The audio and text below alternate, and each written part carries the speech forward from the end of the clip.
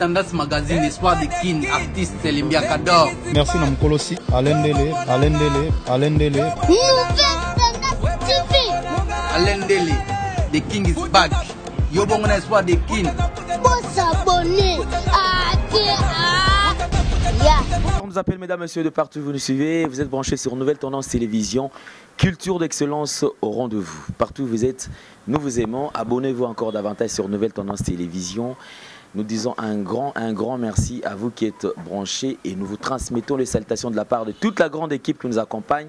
Aux prises de vue, mesdames, messieurs, retrouvez Chinois Hervé, hein, donc Hervé Chinois Noir qui est de retour et accompagné de Jordan Panzou, bien qu'Aza a aimé. Il fait partie de l'équipe. Merci également à nos partenaires. Tout y a émission. Il y a chaîne Nabiso Nouvelle Tendance Télévision, commençant par Chancel Mbemba, celui qui fait la fierté du football congolais. Francis Beto fait bonne année Nicaragua et Arletan de mer double. Merci à l'impresario Claude Ndombasi. Bon séjour à Kinshasa, à mon vieux Odilo Mampouya, exemple à suivre. D'ailleurs, dans le monde réalisé émission, un exemple à suivre, Arrivage et à Koussaranate.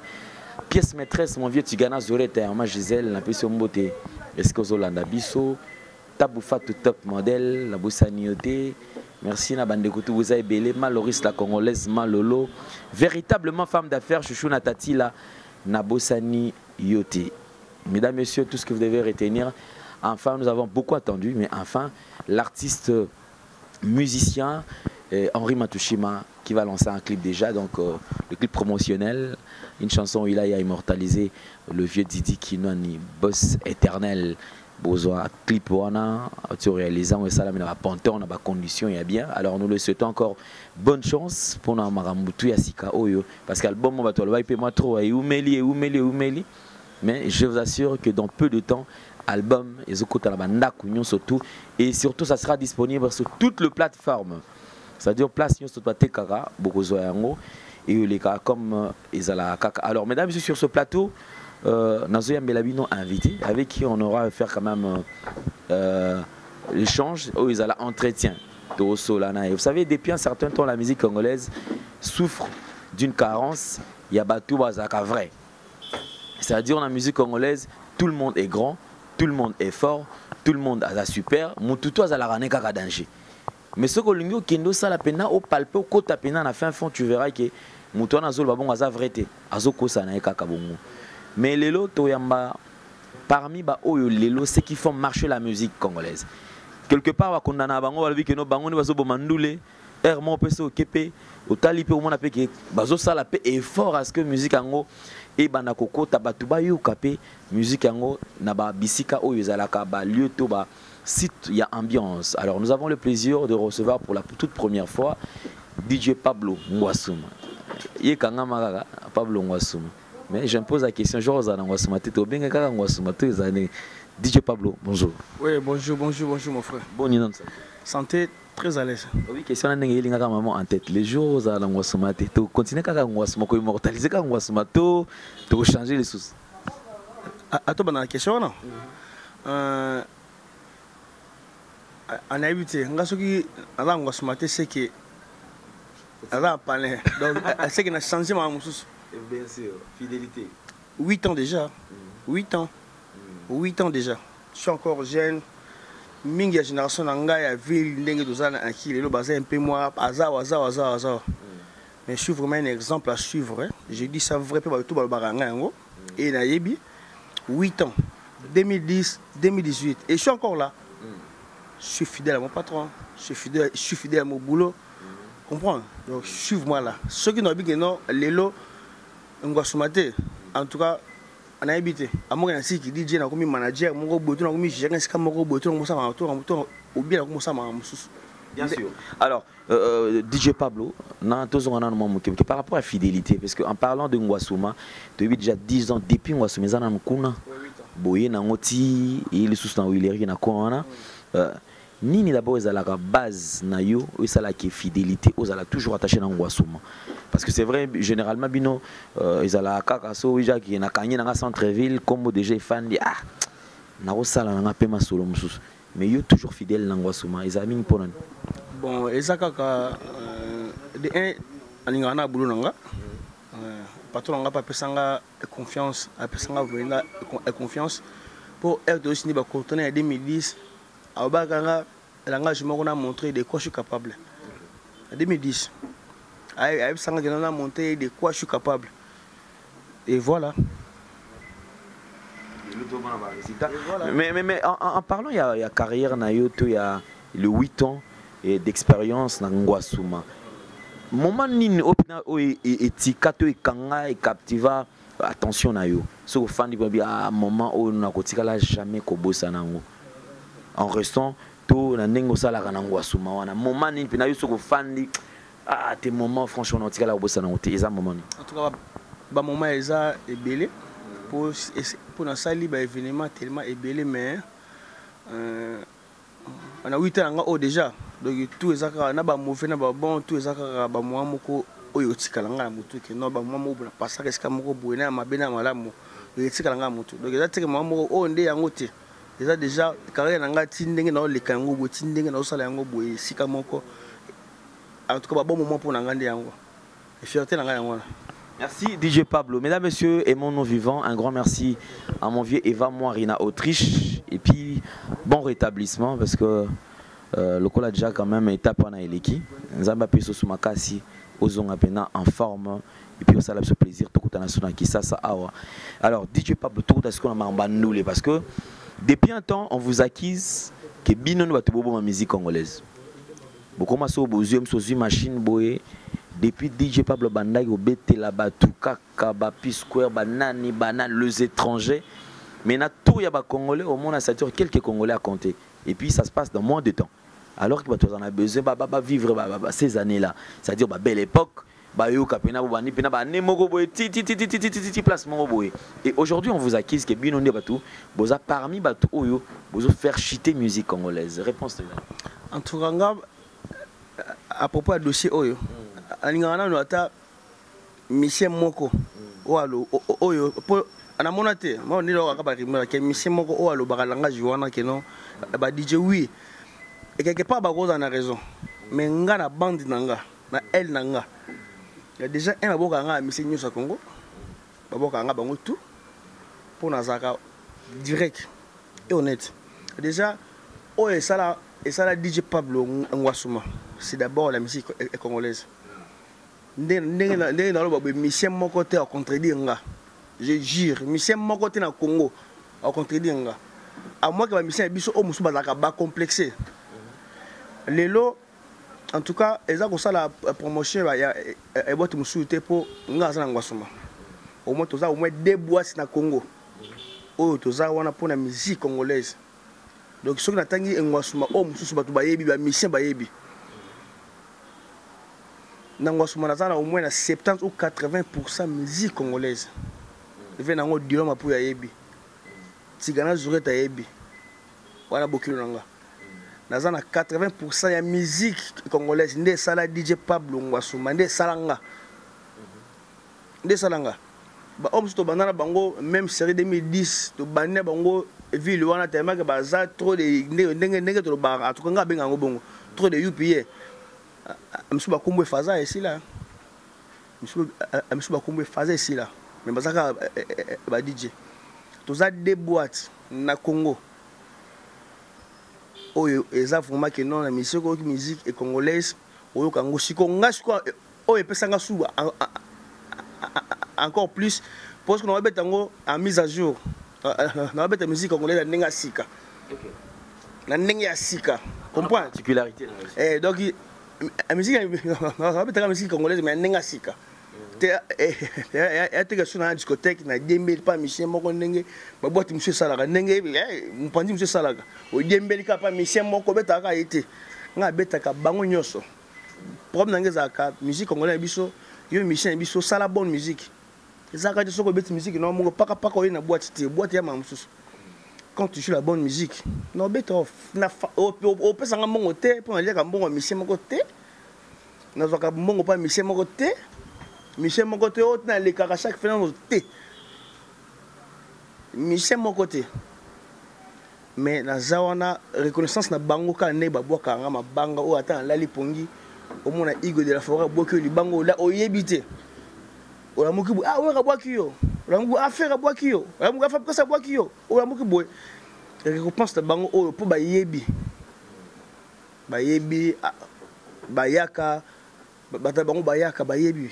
Mais les artistes musiciens sont généralement dans un comportement de bango boye.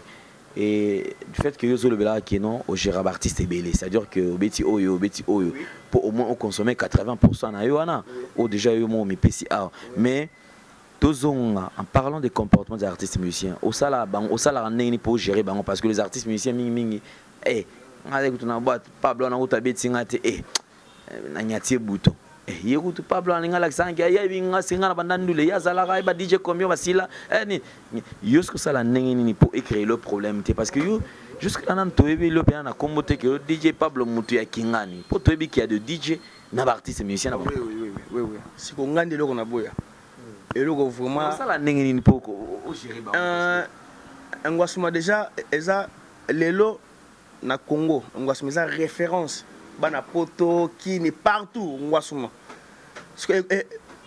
est-ce que comment peut ababoti monsieur comment tellement que ndeko lobi que non DJ moko ba comment émission moko boye moi émission muso na boîte on ezate pour do banga DJ no finaye ngeza na katenga ba kutana kana boîte ba kutani mission oh je sais comment gérer mais yebi etani non ça te que non na beti oh baba la sur na beti oh nanzi oh je sais comment gérer. Attends, on a bêti que non, émission X, I ou bien Y, au Moussou Azali, et bêti, au Moussou dans l'excès. Attends, après, à moi des chansons, na zone, oh, kuna Moussou m'a dit, na zone, oh, kuna, et pour le retour, moutou à l'aise, à la quoi, na DJ à partir, pour que na DJ, Michel Mokoté na Congo. Michel Mokoté pas bien entendu, on va contacter.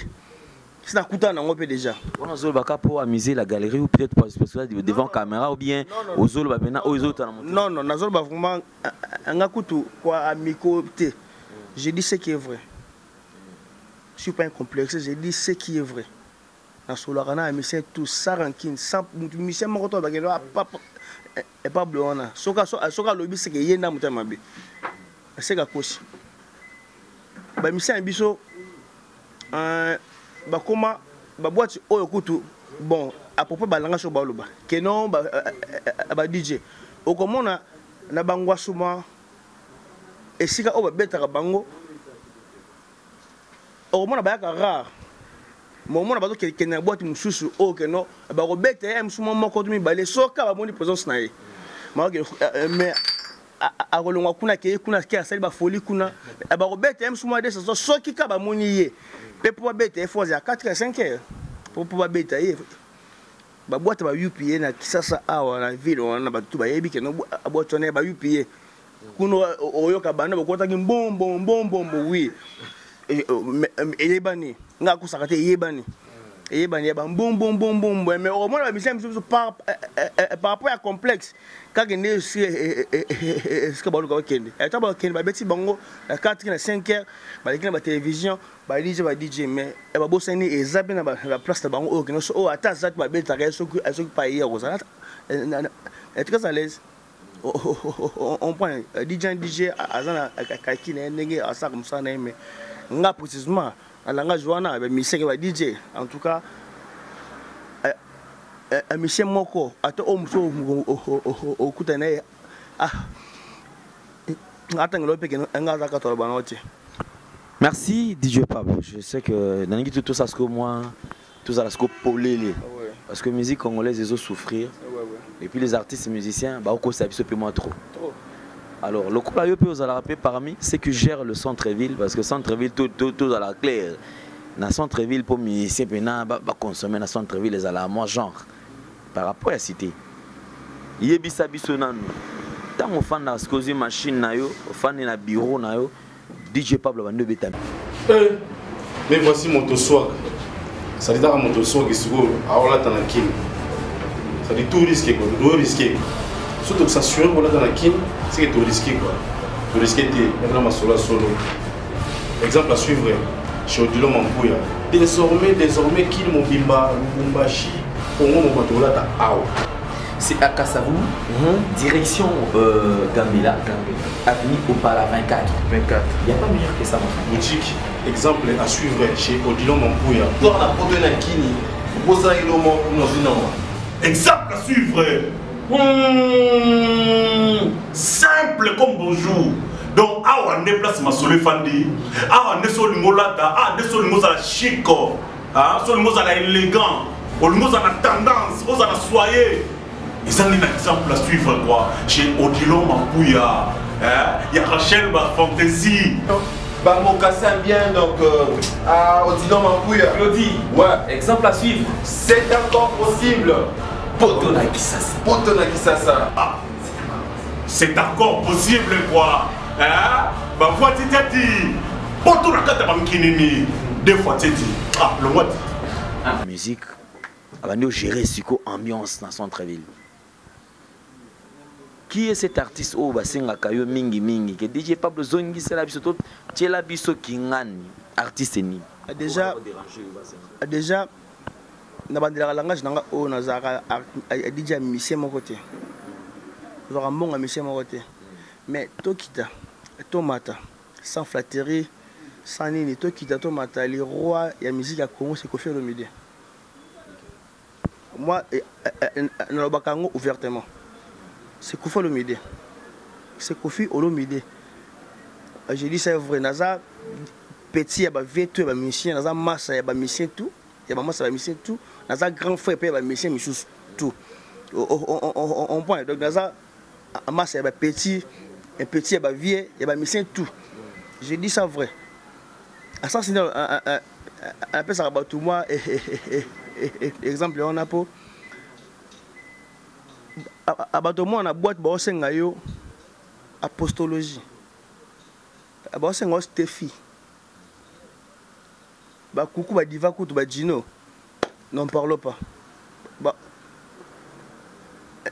tu vois un peu c'est par rapport à ça. Mais est-ce que ça t'est déjà arrivé que même sous fan d'épée soirée na yo mobimba au côté boulot en fin de compte en évaluant la soirée au monde qui aime sous 85% des abattus comme c'est un Koffi.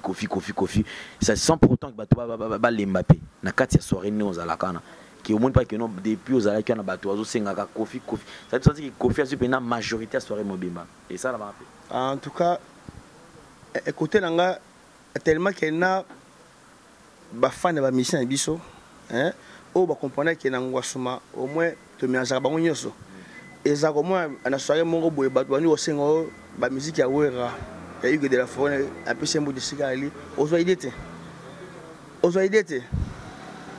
ba bani osenga ba nikide ba osenga yo ba téléphone ba je te dis ba conscience bella mais à pleine soirée je suis obligé à refaire que c'est pour ça ba fan nanga et puis ba fan ya ngwasuma club c'est mon devoir je suis obligé de faire au moins ba so musubo au moins peut que non batu pena ya BCBG ba misente moment que no batu ba sengo musique papa chéri ba sengo bomba ba fait de l'amour ba la rose verte donc je suis obligé donc dans un temps pena donc ya côtoyer ba musique na bango tout moi je suis vraiment au milieu de la forêt. Mais nous tous à ce que les lots alors s'il faut évaluer aussi les artistes et musiciens par rapport à boulot là on est ba ça là au classement, il y a des artistes qui sont minute, c'est-à-dire dans le centre-ville, sur le côté, au senti d'après, il y a un classement. C'est-à-dire au senti que non, en tout cas, si on a demandé à l'artiste Oyo, après Oyo, après Oyo, après Oyo. On a un classement. On est la première place. Et pour la question, on a lobby. C'est difficile, parce que non, à la boîte, le classement c'est difficile. Pour avant de banaka koyoka ba DJ misusu o bazala avant biso to peka to zaki pe anenge to zaka ba tant que no Rolanda be misopi ba misusu que non ba DJ biso ba que non nanda ko na préparer déjà soirée na ngande ina ko beta tout ça ils ala raté o yebi public o yambate ils ala raté public o yamboyebi te o ba ko yam corona na soirée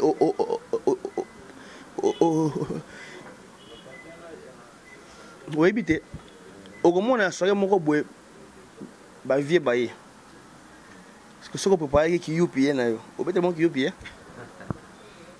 carrément indisposé bon obomi soirée obomi recette à boulot en tout cas pour na classement bamisien ya biso eza kaka keno elanga oyo nakoloba basaka ba mise en jour ya ba musique na bango mais na ba jeune en fait na ba jeune quand même puisque nabi que déjà vu que Virambo côté en tout cas il est au top mais na ba jeune ne bazalaka wana il fallait pour pas faire rigola héritier Watanabe Fabregas ba JDT Molopoe c'est-à-dire ba artistes baza belé mais qui sont ces artistes ne on que tu as bango penande ba makambango zo kenel banani pour wasenga maman mingi mingi bon déjà Langwasuma et ça la moi polémique na batuka kaka ne bayaka ya soki batu amisusu o balingaka faire mingi basa na boîte au moins abando senga musique trop faire na soirée wana bazana pedo amususu ko ya mususu azana posa nzembo moko boye ya faire il y a des gens qui ont dit 10 chansons. Mais 4 ou 3 indépendants, PC album. Même ce monde est bête, mais moi, à la boîte, moi, au bétango. Mais au moins, on a sous avec un bon pour botter les enzymes pour moko boy. Ce que ce qui peut tomber, non, tu as fabriqué ce qu'on a dans la soirée.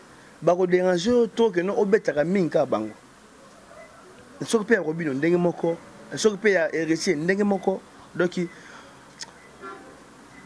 eza mikolo passe ba que non ate o nde aza mingi te moi mon souci que non muta mutu o déjà bakomi ko pesa biso déjà mikolo déjà ça va pour saka alimiki pour saka bango nanga moko na kati non a machine biso oyo azakane c'est bon mais abeta musique na trop ezaka trop c'est trop pour yo kay faut yo kay kaka na ba cité tout ça là mais la ville pena à sa concharaté OK il y a des publics mususu na cité baba cité que vendre ngote même so alingaka yo il y a trop ville parce que mais genre musique obeta ezo kota na ville te oui il y a monsieur mususu o na ko tanga ba kombude siko pour monsieur et déranger mais abayebi bon sa musique na musique ezaka te ba bêtise et surtout mingi lelo ba komi ko baser mingi que non faut le bêtise générique moko boye simba faut le bêtise générique moko boye ba générique ezate ka que non faut boka ba bêtise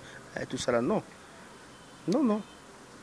betela ba tout bosser la biso musique conseil nanga o surtout il y a des musiciens biso mususu awa ay mukana kan ninga la konso ba que non ba muna ka danser mais la ville boye par rapport à la chaleur, fait rigole en ville actuellement. Je crois générique n'est première classe. Ouais. En tout cas, ça remonte vraiment. Ouais. Fallait pour pas. Déjà c'est bon. Je t'ai dit vrai. Mais apparemment tu m'as le gars. D'ailleurs bah toi zo bah boy que non triqué non. Dans ce que il fallait tu sens que c'est je t'ai dit vrai. Nga en tout cas na boye TV ta biso mokili ta biso na kolo baté soki te to na dibné to na matisa to te déjà héritier Watanabe a wata plus que ça na kaka ba rumba na kaka ba tout en noir ba bien kutu kolo baté ba DDD ko on point mais est-ce que ba générique na vraiment écominante Fabregas déjà c'est bon mais je n'ai que un pensage épicier par rapport à Yamado, il y a Tengama, il y a Zikida, on point Mascara et Zalaboué, et Tengama et Yeliko Nango, et Zikida et Yeliko Tengama, mais ce que pensage c'est Yeliko et Zikida. Merci, on va prendre qui Kabossé. Kabossé. Un cas bossé on a connu qu'on conseiller à Solaka il faut oui avec un bloc on est bien simbaka mais écoute rapidement pendant trop dans la ville hein asola penza bien comprendre a calculer ba bloc on a et kota penza trop na ville et là que photo beta donc et pour beta je n'ai mo ya ka bosser faut la 4 à 5 heures t 1 heure 2 heures des points au bêtier p pour ce qui est et là on est mo na dire que mais ndenge musique non ça siko amu loko mo boye penza abeta liboso abeta liboso ekenda mais oyo autobisa oyo pendeza na c'est par rapport à bloquer là avant. Oui.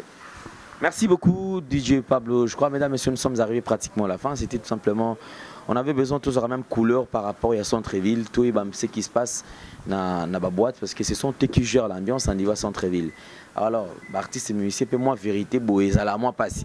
Mais dis-moi quand même félicitations par rapport à esprit ça les a très ouvert pour tout ce monde a pu gaboiso banga banga du fait que à dépendre d'un artiste et musicien à mon asso na bina na manqué ton sala boy na bimisi na pour ça et aussi mbaté. Alors qu'est-ce que les artistes musiciens et reprochent à bango toni ba ki ko sala pour le pena musique ils ont appelé na nenge série là quand on série bien ndombolo partout. C'est-à-dire que crime comme et tamboli ba orchestre surtout na danse. Et tamboli monde. C'est-à-dire que nini au artiste monsieur ba ki ko sala d'après yo pour remonter le sous et puis ça sous gaz dans musique na un conseil kaka déjà alors la musique et surtout ndenge balanga je maka kino ba nigérien dans un temps il y a la musique na bango. Bazonga na ba soux na biso. Son moko ya Flavo a betango boy et soko vu balongoli maloba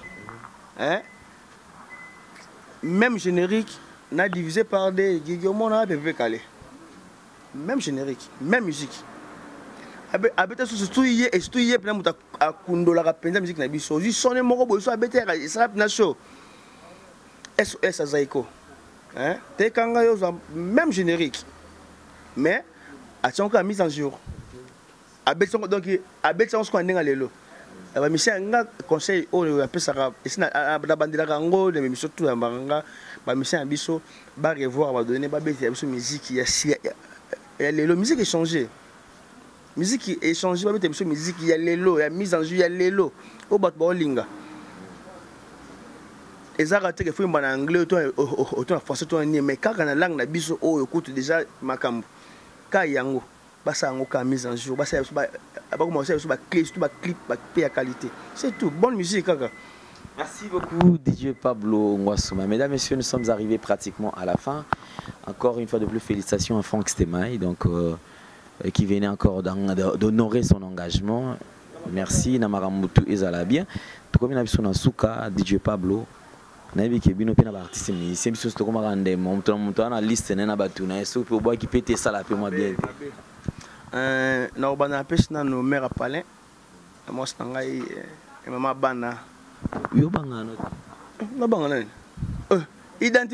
identification pesa position de mais oui la félicité Koutou, Massanangai, Franck Stemay, en tout cas, bravo. Faut pas la position. Alors, bon, on est né Tigana Zouké de Rotalanga. Papa Viking Poutou, papa Bokilo. Et pas Bokilo, papa Viking Poutou.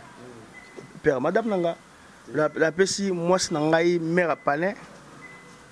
Bon, Langa, j'ai remis sous Babara, donc c'est comme ça, les bandes, moi, Nanga. Maman Bana, Kélan Poutou.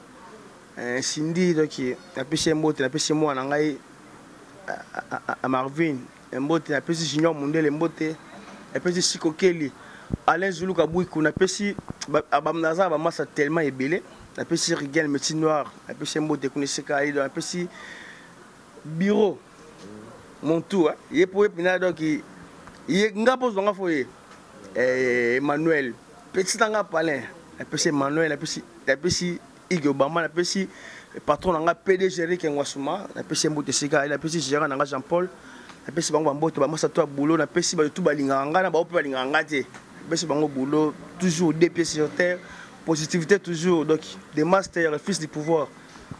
Merci beaucoup. Alors nous sommes arrivés pratiquement à la fin mesdames messieurs. Merci na bandeko to oasi occasion ya kolanda biso Hervé, bon retour. Emmanuel P.